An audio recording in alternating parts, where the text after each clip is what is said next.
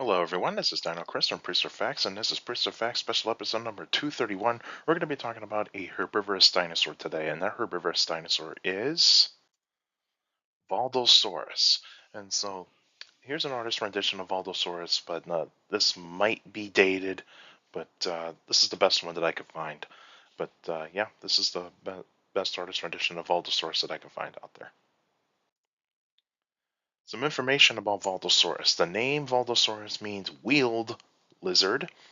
Length is 9.8 to 16.4 feet, or 3 to 5 meters. Height is 4 feet, or 1.2 meters.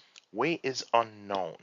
Uh, it's mostly just been uh, fairly incomplete specimens, but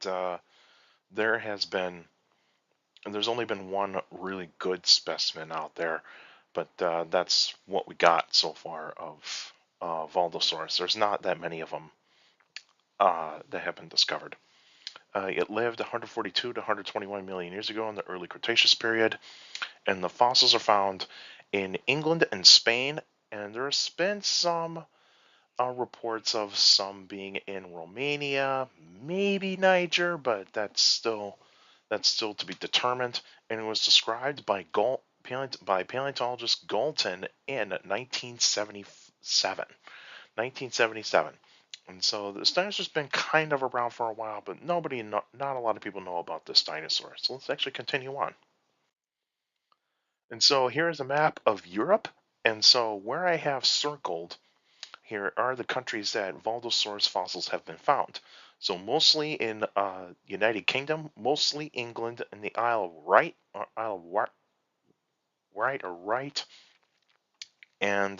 and Spain.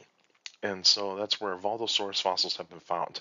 And I did put the question mark right there for Romania, so that's still to be determined of whether or not Valdosaurus fossils have been found in Romania. And here is the size chart compared to an adult human female, and you could definitely see that this is kind of a, a pretty good size bipedal herbivorous dinosaur, but it's not the largest. It is not the largest of all the bipedal dinosaurs. That kind of belongs to the hadrosaurs. Um, but yeah, that's how the size comparison is. And here is the what is supposed to be the holotype specimen of Valdosaurus. But it's mostly you got like some back vertebrae, you got the hips, a little bit of the hind limb bones, and some bits of the tail. So not a lot of this dinosaur has been found. But we're hoping that there could be more specimens out there of Valdosaurus. So we're hoping that more Valdosaurus specimens can be found, and to determine like what kind of like what the overall look of the dinosaur probably was like. More information about Valdosaurus. It is part of the Ornithopoda family, a group of dinosaurs. So this is the so-called bird-hipped dinosaur uh, line, and it's part of the Dryosauridae family. So it's related to Dryosaurus and some of the very fast bipedal dinosaurs. And so, and the common features about this dinosaur, similar to Dryosaurus, it's got a small skull with grinding or chewing teeth. So they actually have like these tiny little teeth in the back of their jaws to chew their food. They do have a beak in the front of their skull and their front jaws, basically, in front of their jaws to actually pull the pull the plants off and be able to chew the food. And of course, it's got long legs for speed. The speed of Allosaurus is still unknown. We do not know. It could be 30 miles per hour. It could be 35 miles per hour. We don't know. And Valdosaurus is a herbivore. The environment in which Valdosaurus lived in would have been warm and humid. There would have been plenty of trees, ferns, cycads, and some of the early flowers. No grass around this kind of time. And Valdosaurus would have been living in an area where there was a lot of islands. And so Europe in the early Cretaceous was a bunch of scattered islands. And so and those were mainly the islands that Valdosaurus lived in. There would have been some rivers, lakes, and ponds around that area, in some of those islands. And of course, you had the legendary Tethys Sea.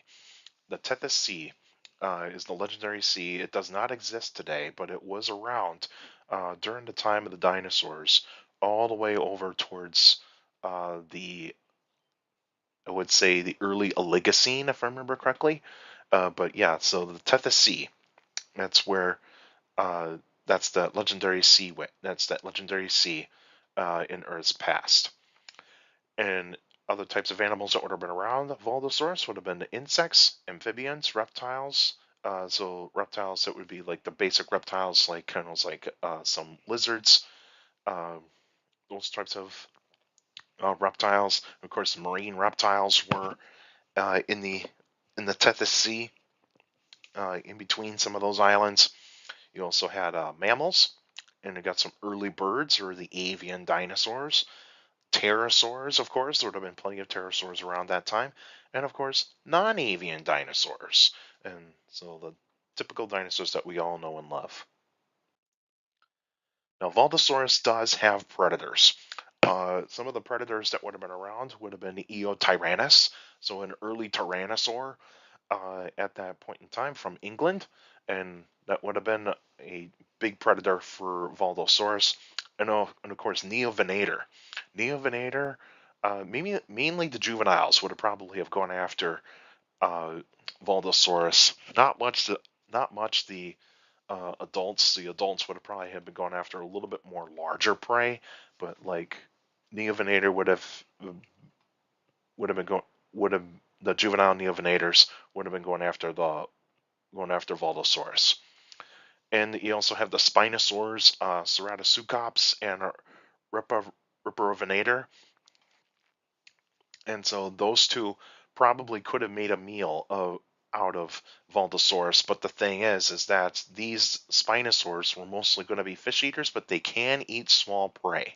That is, they can eat smaller prey items. So they can eat smaller reptiles. They could have eaten like crustaceans. They would also have eaten small dinosaurs, of course. And Valdosaurus was probably one of them. Valdosaurus was probably on the menu on occasion for the Spinosaurs.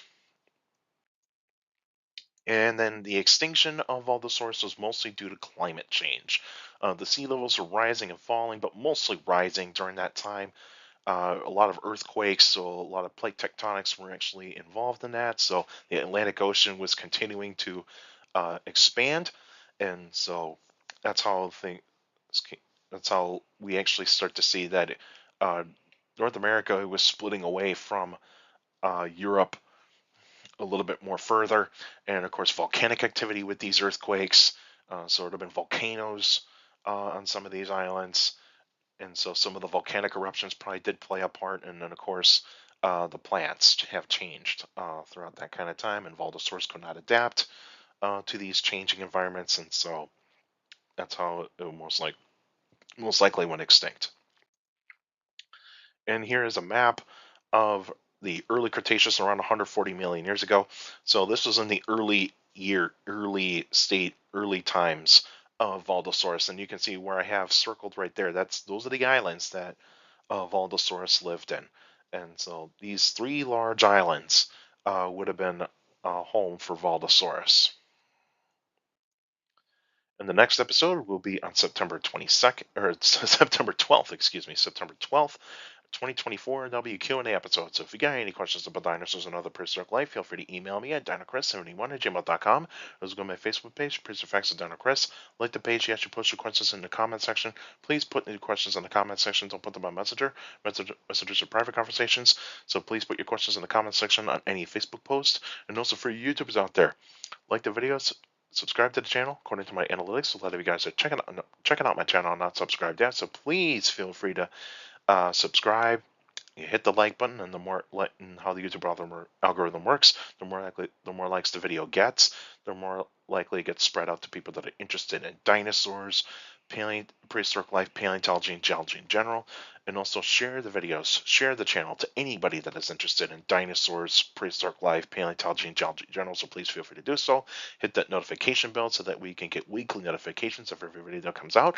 And also for you YouTubers out there, feel free to leave your questions in the comment section. So I do read them all. Your questions do mean a lot on the Q&A episodes. So all of you that are sending me questions via email, Facebook, and YouTube, you guys are awesome. You're giving me some great questions for the Q&A episodes. And also make sure you keep your questions short to the point. You can also follow me on Instagram at dino.crest.pf. I post pretty cool stuff on there. You can also follow me on Threads, same thing, at dino.crest.pf. I post pretty cool stuff on there as well.